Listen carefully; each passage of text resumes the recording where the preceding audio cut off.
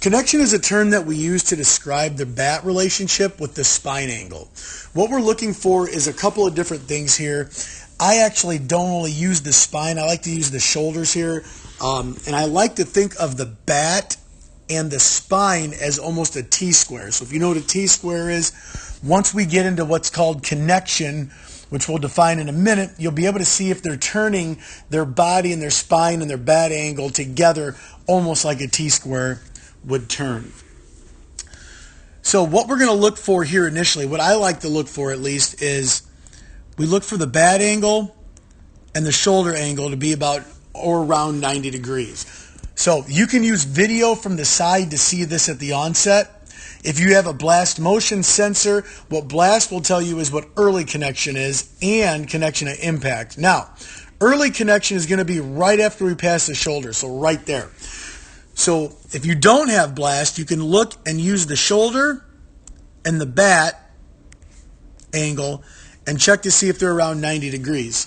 If you do have blast, what blast is going to do is it's going to use your spinal angle, which we can see with Mookie is about right there, and it's going to get where the bat is. So if you would see Mookie from the backside, I'll show you an illustration of that with Chris Davis in a minute.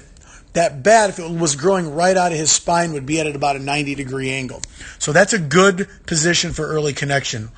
Now, connection at impact is the connection of, or the angle of the bat with the spine at impact. So if that bat was growing out of Mookie's oblique muscle, you would see that with his tilt there, he'd be at 90 degrees. Another thing I like to look for on video, if you don't have blast, is the relationship of the bat and the shoulder line, and it's about parallel, which is right where it should be. So that's going to show us we're in the right spot. Now I've got a couple illustrations here that you can use if you have the Coach's app, the Coach's Eye app like we're using here, and you don't have blast. You can kind of draw some lines and kind of figure out, yeah, if I put that bat growing out of his back at early connection, he'd be at 90 degrees, and his shoulder line and his bat are also at 90 degrees. And if we jog forward, we can see connection at impact. Okay, and you can see he's at 90 degrees with the spine, and he's parallel with that shoulder line.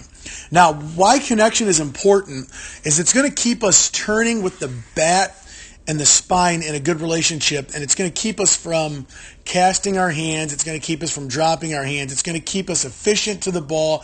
It's going to allow us to transfer force better, and it's going to give us a lot better barrel control later in the swing. And if we go back to Mookie's original swing here, his full swing, you can see he's got a nice tight turn. It's efficient. He's letting the body pull the bat through, then he's turning the barrel to contact. Another way you can look at this is from the backside of the hitter. Not a catcher's view, but the actual backside of the hitter with Chris Davis here. So if I draw a line here as a spinal angle and his bat angle here,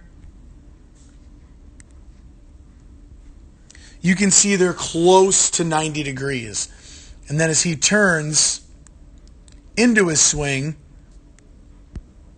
you can see he maintains that relationship into early connection, which is probably right here.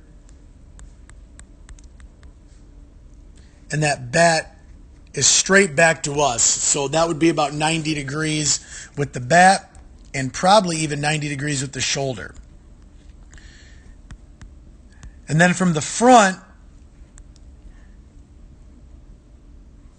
at early connection right here, you can see the spinal angle there and the bat angle close to 90 degrees.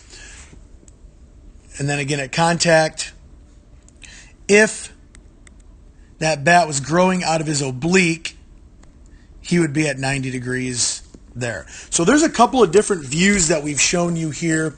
What we're looking at in our connection is trying to be at or around 90 degrees at early connection with the spine angle and with the shoulder angle, and then at impact having that bat in line or parallel with the shoulder line and at 90 degrees with the spine angle as if it were growing out of the oblique or the side that we're bending to. And then a couple of different views of hitters. We've got Chris Davis here going through so you can see it from the backside. And then we've got Justin Turner here so you can see it from the front side. So that is connection. Remember, connection begins right. Early connection is right after the hands pass the shoulder, and then connection at impact is where we make contact.